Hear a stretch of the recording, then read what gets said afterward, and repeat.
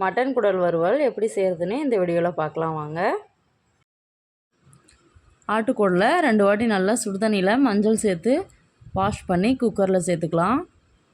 இது கூட ஒரு 1/4 டீஸ்பூன் மஞ்சள் தூள், அரை அளவு உப்பு சேர்த்து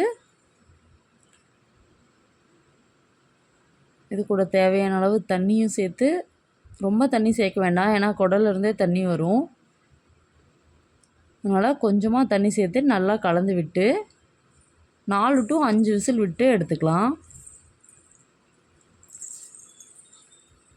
இந்த மாதிரி குடலை நம்ம பச்சை தண்ணியில் கழுவுறதோட சுடு தண்ணியில் கழுவும்போது அதனுடைய வளவளப்பு சீக்கிரமாகவே போயிடும். 4 விசில் விட்டு எடுத்தாச்சு. இப்போ பார்த்திங்கன்னா குடல் நல்லா வெந்து வந்துடுச்சு. இப்போ குடல் வறுத்துக்கலாம்.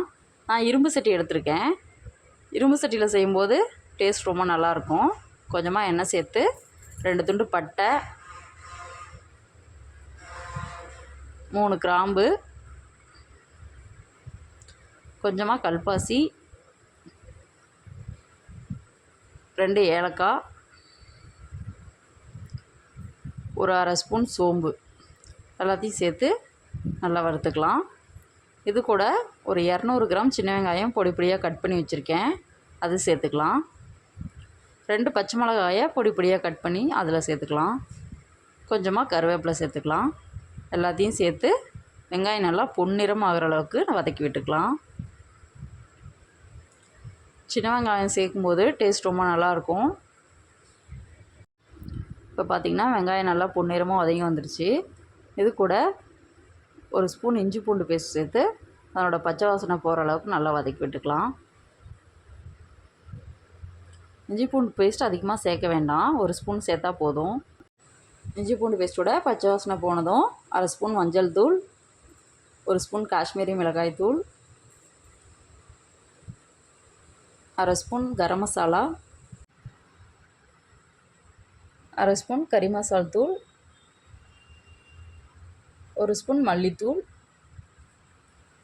தேவையான அளவு உப்பு சேர்த்து மீடியம் ஃப்ளேமில் மசாலா கருகிடாமல் பச்சை வாசனை போகிற அளவுக்கு வதக்கி விட்டுக்கலாம். பார்த்திங்கன்னா மசாலாவோட பச்சை வாசனைலாம் போய் எல்லாம் எண்ணெய் திரண்டு வந்திருக்கு. இந்த ஸ்டேஜில் நம்ம குடலில் இருக்கிற தண்ணியை மட்டும் ஃபஸ்ட்டு சேர்த்துக்கலாம். சேர்த்து ஒரு 10 நிமிஷம் நல்லா கொதித்து வரட்டும்.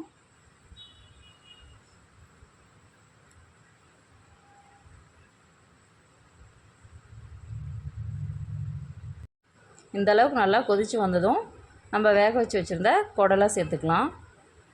சேர்த்து எல்லாத்தையும் நல்லா கலந்து விட்டுடலாம். இப்போ அடுப்பை ஹை ஃப்ளேமில் வச்சு தண்ணி நல்லா ட்ரை ஆகி வர வரைக்கும் கலந்து விட்டுட்டே இருக்கலாம். இப்போ பார்த்திங்கன்னா தண்ணியெல்லாம் நல்லா ட்ரை ஆகி குடல் நல்லா சுருண்டு வந்துருச்சு. இந்த ஸ்டேஜில் கொஞ்சமாக கொத்தமல்லி தழையை தூவி இறக்கி பரிமாறலாம். தேங்க்யூ.